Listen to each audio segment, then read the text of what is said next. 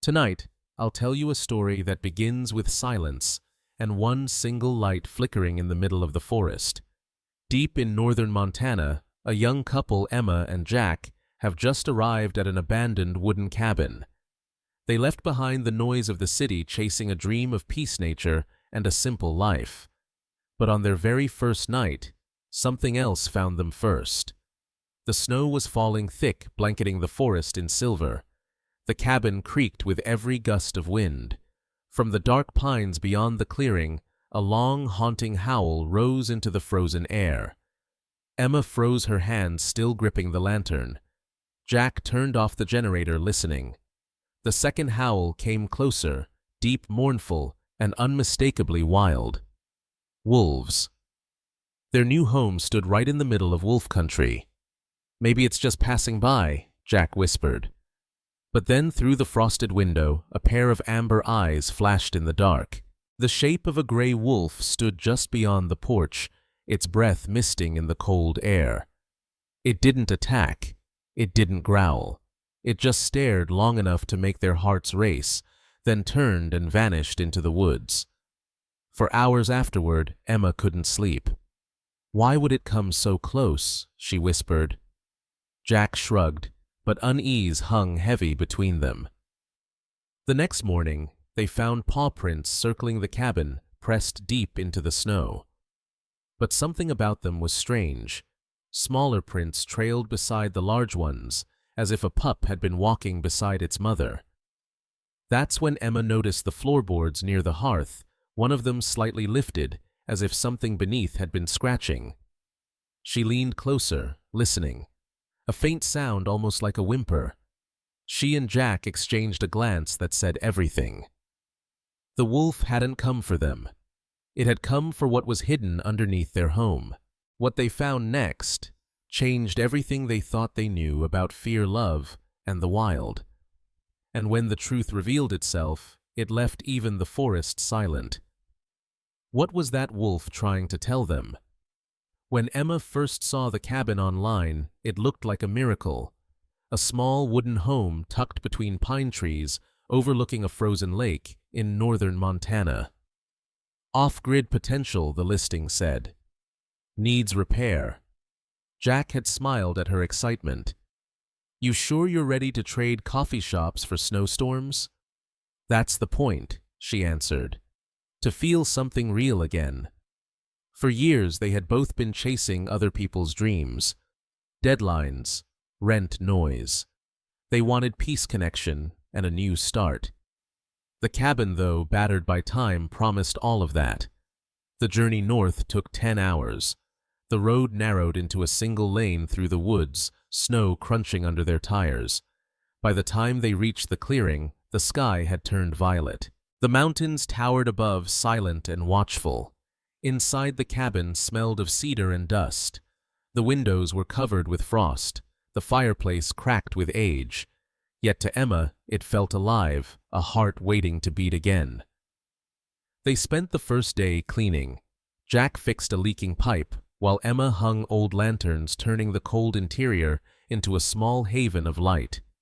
From the porch, she could see the lake, frozen solid, its surface glittering under the pale sun. Beyond it stretched miles of pine forest wolf territory. The locals in the nearest town 20 miles away had warned them. "You'll hear them some nights," the gas station owner said. "They don't bother people, but don't bother them either." Jack had laughed it off, but the man's tone carried respect, not fear, the kind that comes from living long enough beside something greater than you. That first evening, Emma recorded a note on her phone for their travel blog.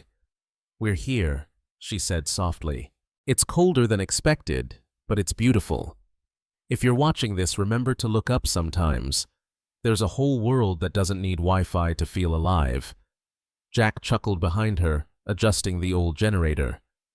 "Tomorrow," he said, "we fix the roof. Then maybe the world will finally stop leaking on us." But the world had other plans. As the last light faded, a mist rolled across the forest floor. The pines turned into black silhouettes, whispering in the wind. Far off, a sound rose, long, trembling, ancient. The howl. It drifted through the trees, low and mournful, and something in Emma stirred. She had never heard a wolf before, yet the sound felt familiar, like a story whispered from a time before humans built walls. Jack turned to her. "It's just one, right?" She nodded, though she wasn't sure. The sound had echoed from more than one direction, a single voice answered by another faint and distant. Inside the cabin, they lit the old fireplace. Sparks crackled, casting shadows across the room. Emma stared at the flame and imagined the wolves out there somewhere under the same moonlight, walking across the snow. "Do you think they know we're here?" she asked. "If they do," Jack replied, "let's hope they like rent-free neighbors."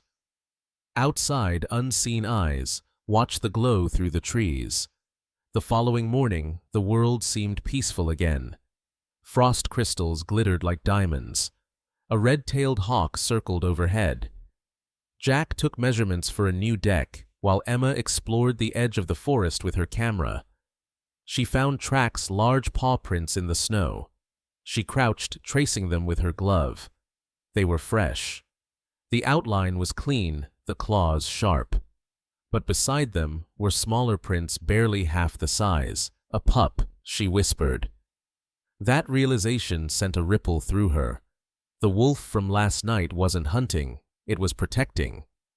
Back at the cabin, she mentioned it to Jack, but he shrugged. "Probably just passing through. They roam miles a day." Still, Emma couldn't shake the feeling that something had brought the wolf close, not curiosity, but purpose. That evening, as the temperature dropped, she noticed the lantern near the porch flicker again and again, like a heartbeat. The forest, once silent, seemed to listen. Somewhere beyond the tree line, a wolf lifted its head and answered one short, low howl, followed by a softer sound almost like a call to a lost one.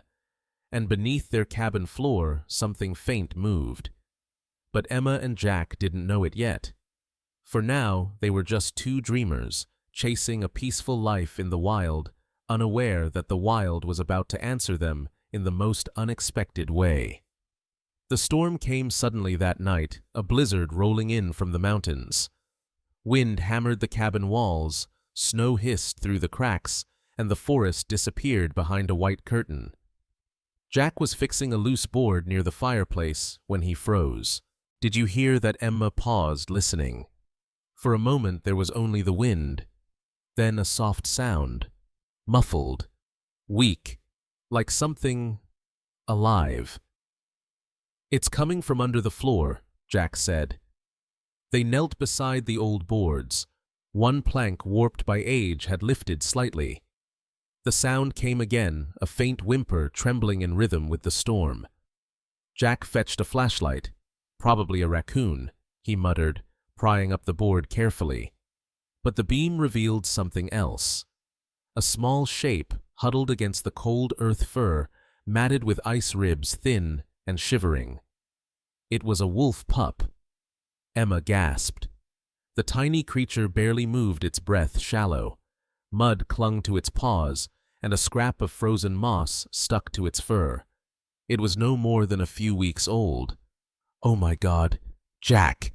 It's alive!" He stared in disbelief. "Under our house."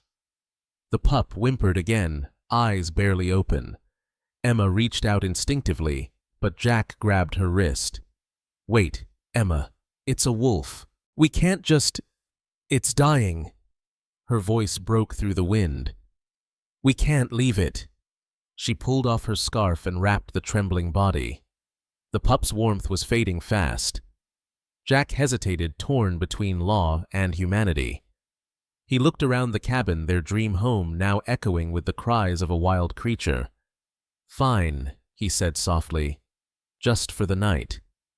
They placed the pup inside a cardboard box near the fireplace, wrapped in towels. Its breathing slowed, then steadied slightly. Emma warmed milk on the stove, the closest thing they had to formula. She dipped a cloth into the cup and let a drop fall to its lips. The pup licked weakly, then turned its head. It's dehydrated, Jack said, remembering a rescue video he'd once seen online. We need to keep it warm first.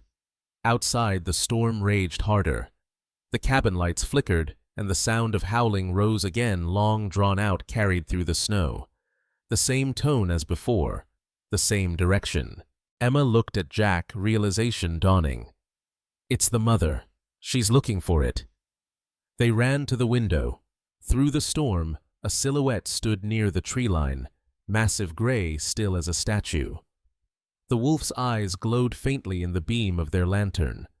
It didn't move closer. It just stood there facing the cabin, then turned its head toward the woods and howled again, a low, resonant call that made the air vibrate. The pup stirred inside the box, responding with a faint, broken yelp. Emma's chest tightened. She knows. She knows it's here. The moment stretched human and wolf divided by a wall of wood and fear. Then the mother vanished into the storm. Hours passed. The pup slept fitfully, breathing shallow. Emma refused to rest, sitting beside it, watching every rise and fall of its chest. We should call the ranger station in the morning, Jack said. They'll know what to do. If it makes it to morning, Emma whispered. Near midnight, the power went out. Only the firelight remained, throwing orange shadows across the room. The pup whimpered again, twitching as if dreaming. Emma placed a hand gently on its back. You're safe now, she murmured. She'll find you. Jack watched her, realizing something had shifted, not just in the cabin, but between them and the forest itself. The boundary between us and them was thinner than he'd ever thought. When dawn broke, the storm had passed. The forest was silent again, too silent. Jack stepped outside and saw fresh tracks leading from the trees to the cabin and back again. A large wolf had come close during the night, so close that her prints circled the porch, then faded into the pines. She came back, he said quietly, but didn't try to break in. Emma looked down at the box where the pup now breathed evenly, chest rising and falling with quiet strength. She trusts us, Emma whispered. Or maybe she's testing us. Whatever it was, something sacred had passed between the cabin and the wild that night, a fragile thread of understanding. They didn't know it yet, but that thread would soon be tested in ways they could never imagine. Morning came pale and brittle. The storm had passed, but the forest was buried beneath a white ocean of snow. The air itself seemed to crackle with cold. Inside the cabin, the tiny wolf pup still breathed a faint rhythm beneath the blanket. Every few minutes, it twitched paws, moving as if running in a dream. Emma placed her hand gently on its side. Still fighting, she whispered. Jack poured hot water into glass jars and slid them around the box for warmth. The old cabin smelled of wood smoke and milk, the strange scent of survival. They spent the next hours trying to do what instinct told them was right, even though every action felt like trespassing into nature's code. Emma fed the pup one drop at a time with a soaked cloth. The creature barely licked, but after each sip, its eyes fluttered open a little longer. Jack kept the fire steady, calculating how much wood they could spare. If the generator fails again, we're stuck, he muttered. Then we make it work, she replied, says never leaving the pup. By noon, the wind had died. Jack radioed the ranger station static. No connection. The storm had downed the lines again. So, it's just us, Emma said. He nodded. Us and a wolf. The pup stirred at the sound of his voice, letting out a thin, high squeak. Emma smiled. See, he knows you're talking about him. Or warning me, Jack said, half laughing. For the first time, the tension in the room softened. Days blurred together. They kept a chart on the wall marking the pup's progress. Breaths per minute, ounces of milk taken, hours slept. Each mark felt like a promise kept. Emma named him Ash for the faint gray streak across his back, like smoke. Outside, nature was merciless. Coyotes called in the distance. Ice cracked across the lake at night like gunfire. Yet inside that fragile cabin, something warm was blooming, a quiet, wordless bond. On the third day, Ash managed to stand. His legs wobbled, tail drooping, but he made it 2 steps before collapsing into Emma's hands. She laughed, tears in her eyes. "Look at you," she whispered. "You're stubborn, just like your mom." Jack crouched beside her. "You mean like you?" That night, while Ash slept, they heard the howls again, this time closer, sharper, echoing off the hills. "She's still searching," Emma said. Jack stared into the dark window pane, his reflection merging with the trees. "And we're keeping what she's looking for." Silence stretched between them, guilt mixed with awe. "We'll give him back," Emma promised, "when he's strong enough." Jack nodded slowly. "If she's still out there." The next morning, paw prints appeared again around the cabin, larger this time, circling, deliberate. The mother wolf was watching always from just beyond sight. Emma began leaving scraps near the tree line, not to feed, but to signal. Just scent, just trust. Jack disapproved. "If Fish and Wildlife finds out, we could be fined." "We're not feeding," she said calmly. "We're communicating." He wanted to argue, but the quiet conviction in her tone stopped him. On the 5th day, Ash took his first real howl. It started as a squeak and rose into a trembling note that startled them both. He looked confused by the sound he'd made. Emma laughed softly. "He's calling her." That night, they left the porch light on a beacon against the endless dark. A pattern began. Each night they'd light the lamp, each morning they'd find new tracks nearby. Once Jack saw movement in the fog, a shadow gliding between trees, watching. It was never threatening, just waiting. But survival in the wild has its own rules. On the 7th night, the pup suddenly refused milk. It shivered violently, whining as if something inside it hurt. Emma panicked. "He's cold. He's too cold." Jack wrapped the pup in his flannel shirt, holding it near the fire. "Come on, little guy," he murmured. Minutes passed. The fire popped. The heartbeat slowed. Emma's eyes filled. Then a tiny breath, and another. The pup stirred, sneezing weakly. Relief broke through like sunlight after clouds. She laughed through tears. "You scared us half to death." Jack smiled. "Guess wolves don't quit easily." Outside, a single howl answered, deep, strong, close. They froze.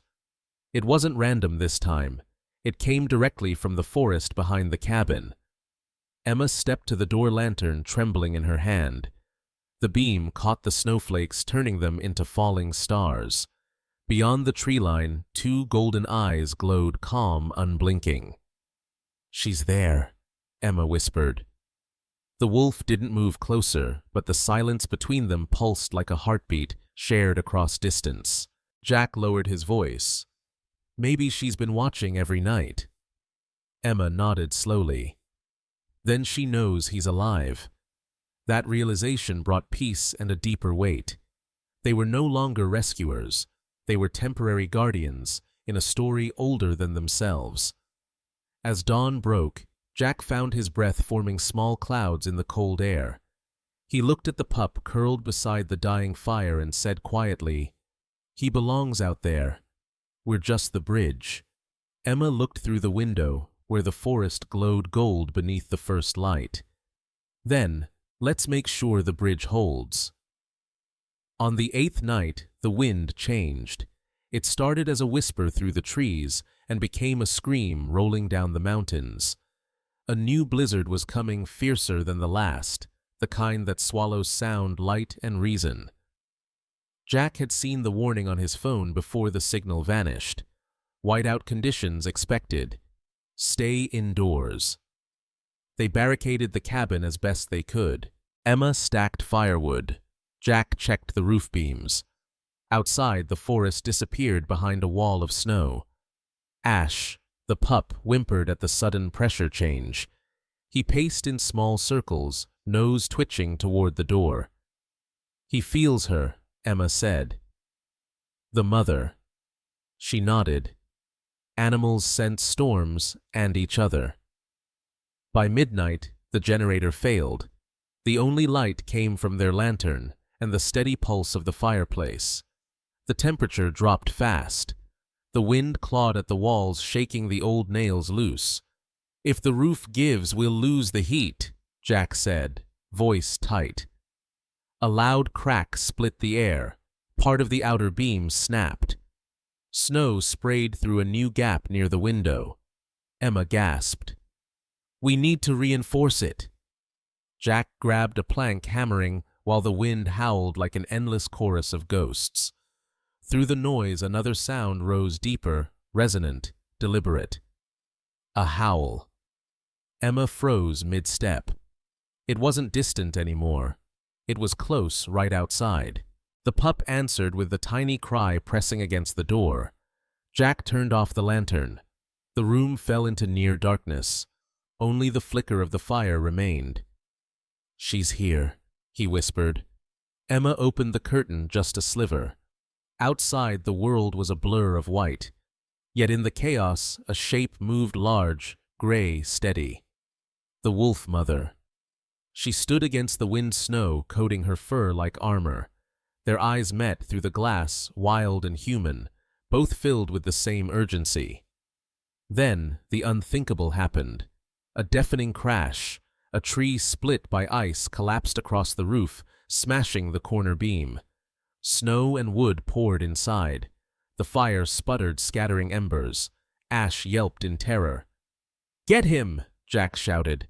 He lunged for the pup, while Emma shielded the flames with her body. Smoke filled the room. The air burned with cold and heat at once.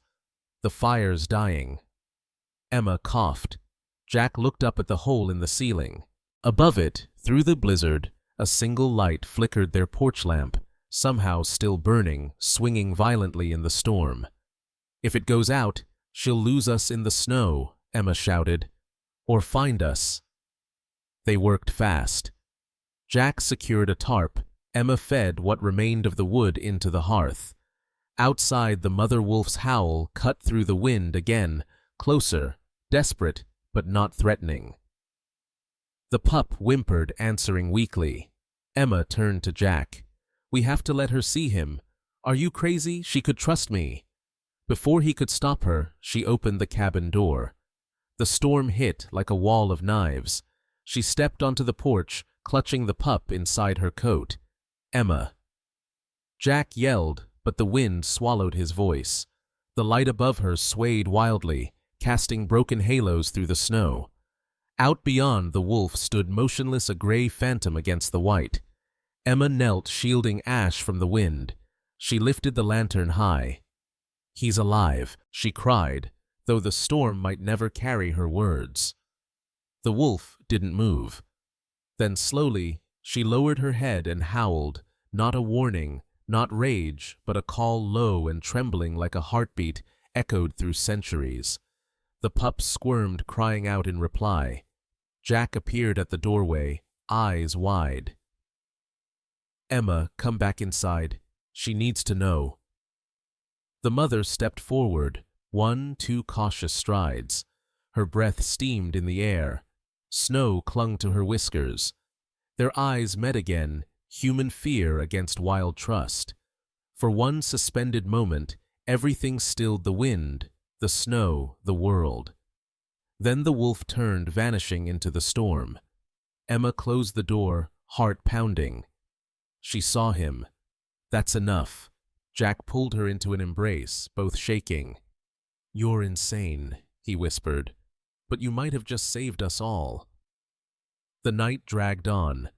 They kept the fire alive with scraps of furniture, anything that would burn. Outside, howls echoed again and again, a conversation between mother and child through walls of snow. Near dawn, the blizzard began to fade. Light seeped through the cracks, pale gold over white ruin. The cabin still stood battered, but whole. Jack stepped onto the porch. The forest glittered silent once more, but in the snow, clear as writing, were prints, fresh wolf tracks, leading straight to the porch steps, circling once, then turning back toward the woods. Emma joined him, holding the pup close. She came again, probably during the storm. She smiled faintly. She followed the light. Jack looked up. The lantern still burned weak, but steady. Guess it worked. They stood in silence as the first sunray touched the forest. The wilderness seemed to exhale, as if acknowledging the small human light that had held through the storm. Inside, Ash raised his head and released a short, uncertain howl. This time it was answered instantly, soft, distant, unmistakable. The mother was still out there. And now she knew the way back.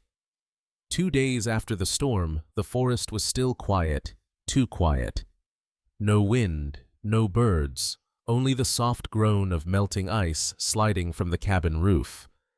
Jack fixed what he could of the damage, while Emma stayed close to Ash, now strong enough to walk without stumbling. The little wolf explored corners, sniffing boots, gnawing gently on scraps of firewood.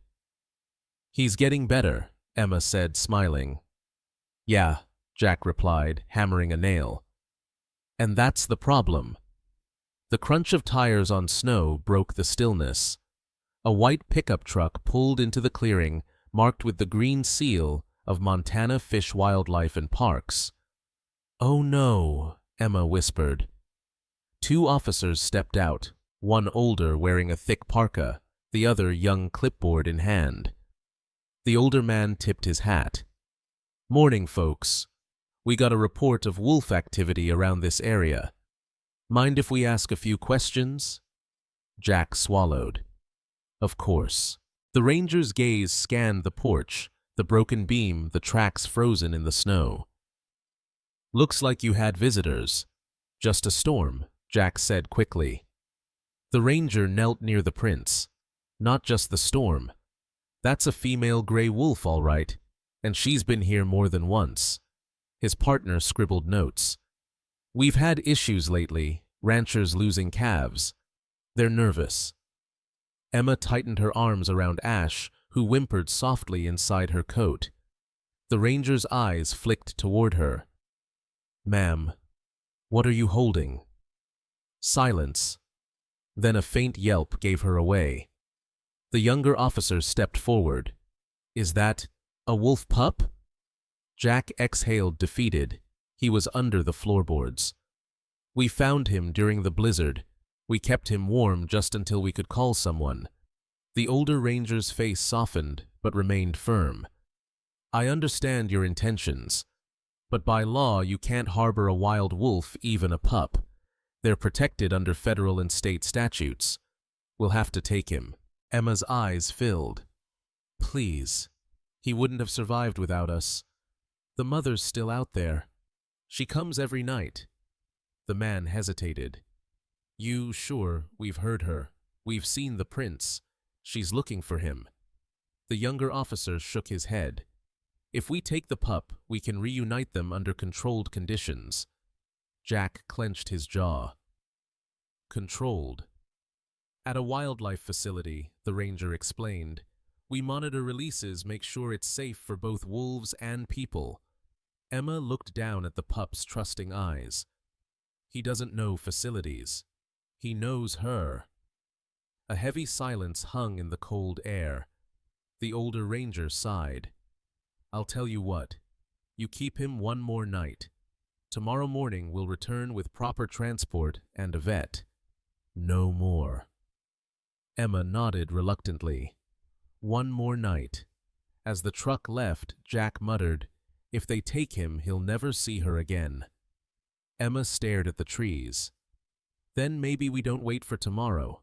That evening, the couple sat by the fire in near silence. Ash slept between them, his tiny chest rising and falling. Jack turned the radio dial, catching fragments of local chatter. Wolf sightings increase. Livestock concerns. Proposals to thin populations. He switched it off. All they see is threat. "And all I see is family," Emma said quietly. The porch light flickered again as dusk settled. Outside, the snow glowed faintly blue. From the forest came a low melodic call, the mother's voice steady as breath.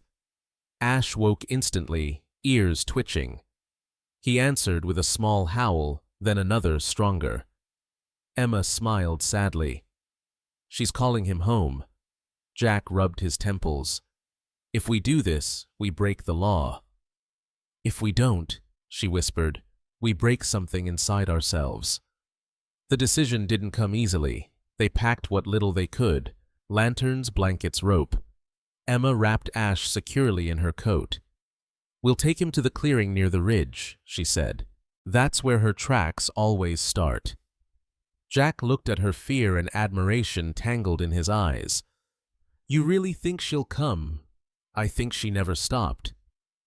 They stepped out under the moonlight, breath fogging in the air. Each step crunched softly through the snow. Behind them, the cabin glowed faintly, its single porch lamp the only light for miles. Halfway through the woods, the howls began again, closer, clearer, weaving through the trees like threads of silver. "She's near," Emma whispered. Jack set the lantern on a fallen log, its glow trembling like a heartbeat. He placed his hand on her shoulder.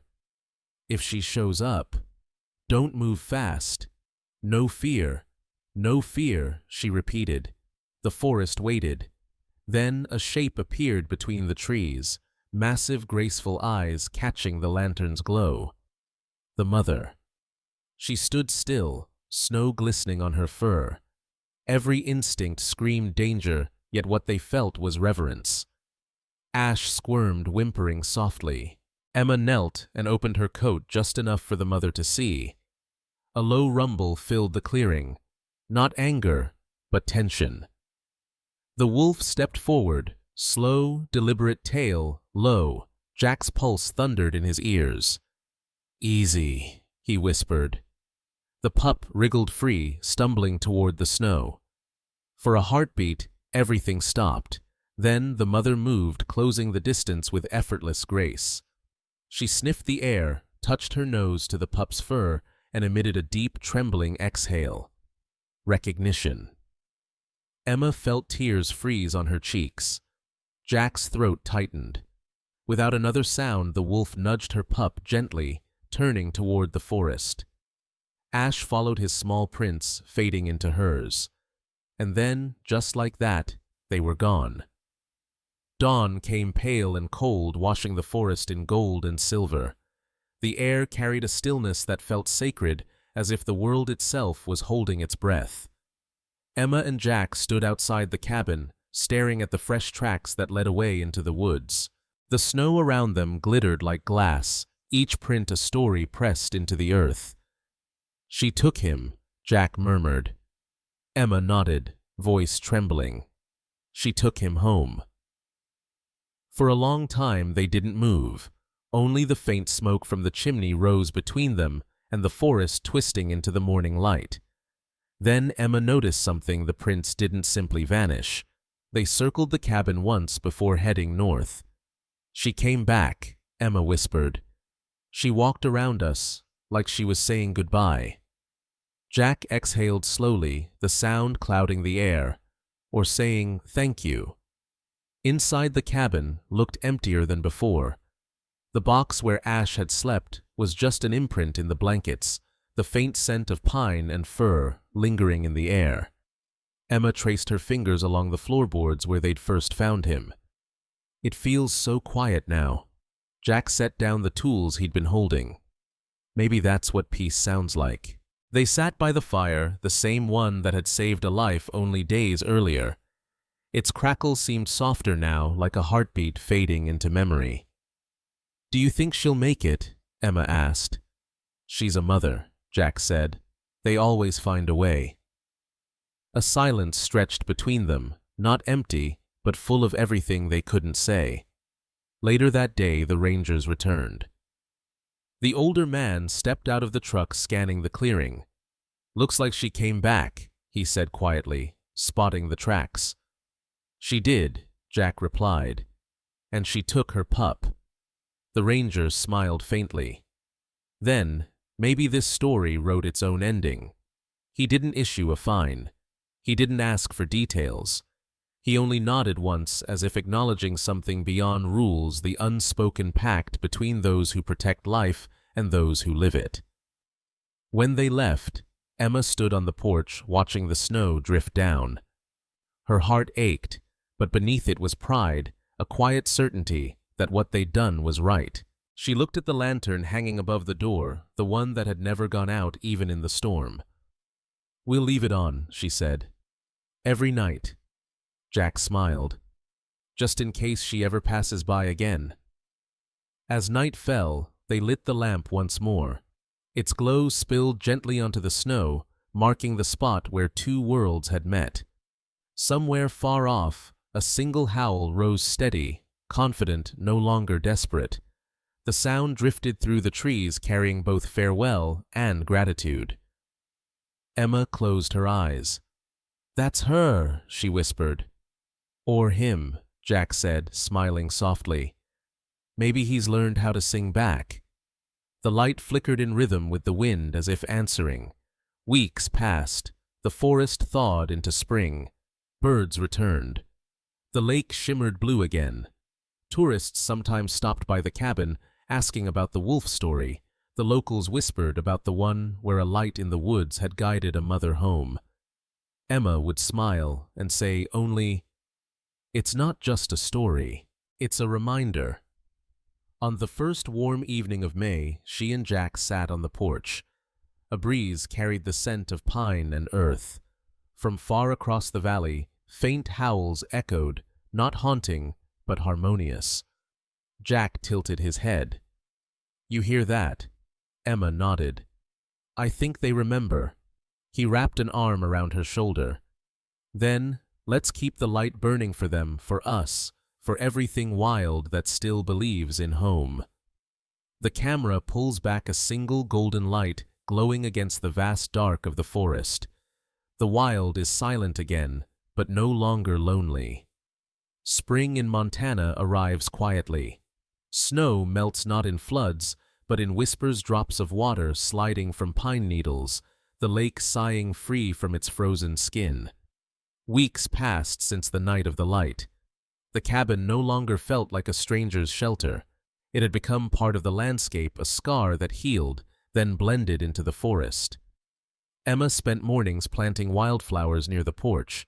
Jack rebuilt the roof beam stronger this time, using timber from fallen trees. And every evening before sunset, they lit the same porch lantern. Habit, maybe. Or hope. The rangers never returned. No one asked questions. In town, stories drifted about the wolf that circled the cabin and vanished with the storm. Locals called it the Lantern Den legend. Some said the light kept wolves away.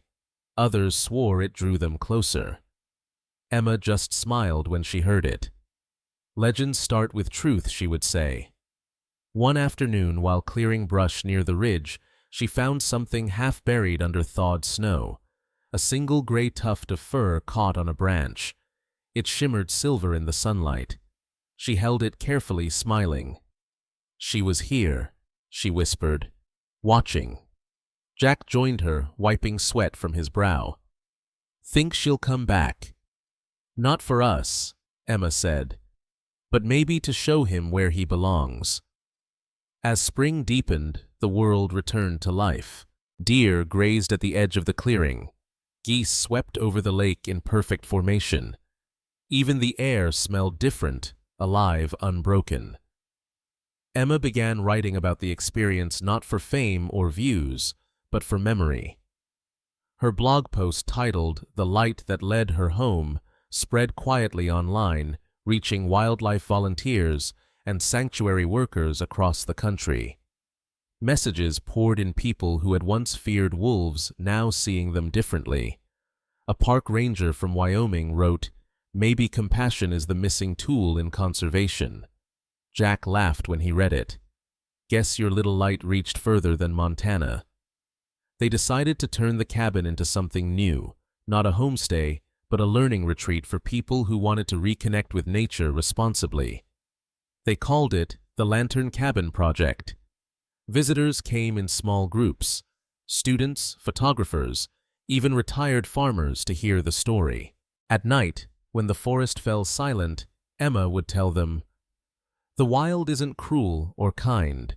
It just mirrors what we give it." And every time she said those words, the wind through the pines seemed to answer. Then, one cool evening in late May, something extraordinary happened. Jack was by the lake setting up a solar panel when he heard a familiar sound that froze his breath mid-laugh. A howl. Not one, several. Deep, resonant, layered with youth and strength. He turned toward the tree line.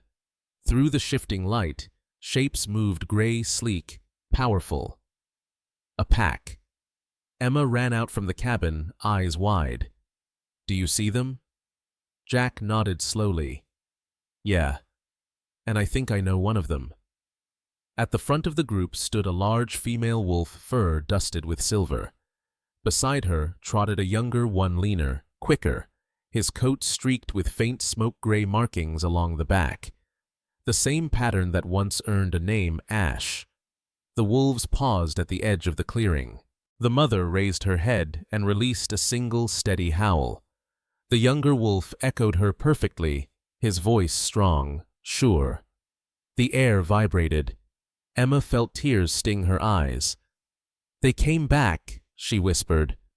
"Not to stay," Jack said softly, "just to let us know."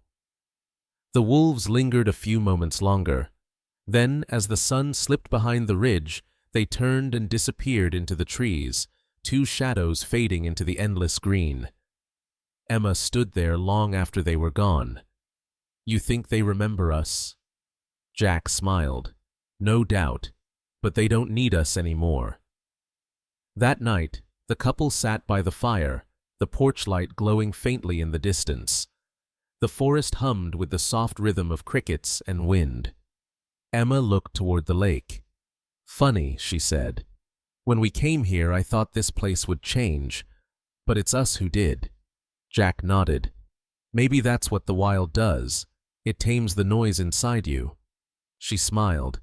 "Or teaches you to listen." The camera pulls back the same cabin, the same light now joined by a chorus of distant howls under the stars. The circle was complete. The light that once saved a life now guided countless hearts back toward understanding. And in the heart of the forest, under that same endless sky, the wolves sang not of fear or hunger, but of home. In the end, this story was never just about a cabin or a storm or even a wolf pup named Ash. It was about what happens when fear steps aside long enough for understanding to enter. For generations, people have drawn lines between wild and human predator and protector. But sometimes all it takes is a single act of compassion to blur those lines and remind us that the same pulse beats through every living thing. Emma and Jack came to Montana looking for peace. What they found instead was connection, fragile, untamed, but real. A moment when a human light guided a wild heart home. The forest never spoke yet. It answered them through howls that echoed their kindness, through the silence that followed when harmony was restored. And though the wolves moved on, the message they left behind stayed etched in every sunrise, every gust of wind through the pines. Coexistence is not a dream. It's a choice we make every day. We often think of the wild as something outside ourselves, something distant, dangerous, foreign. But the truth is simpler. The wild lives within us too, in the instincts that protect, in the courage to care, and in the love that asks for nothing in return. So when you hear a howl in the distance, don't think of fear. Think of a mother searching a light burning, and two people who chose compassion over comfort. That's how healing begins, not with control, but with respect. And maybe, just maybe, that's how the world finds its balance again. If this story moved you, remember real wolves still roam our forests, facing real dangers every day. Support your local wildlife sanctuaries, speak for ethical conservation, and help keep the wild truly wild. Because the light you share, even the smallest one, can guide something beautiful home. Subscribe to Echoes of the Wolf for more true stories of connection, courage, and compassion. Together, we can keep these lights burning, for them and for us.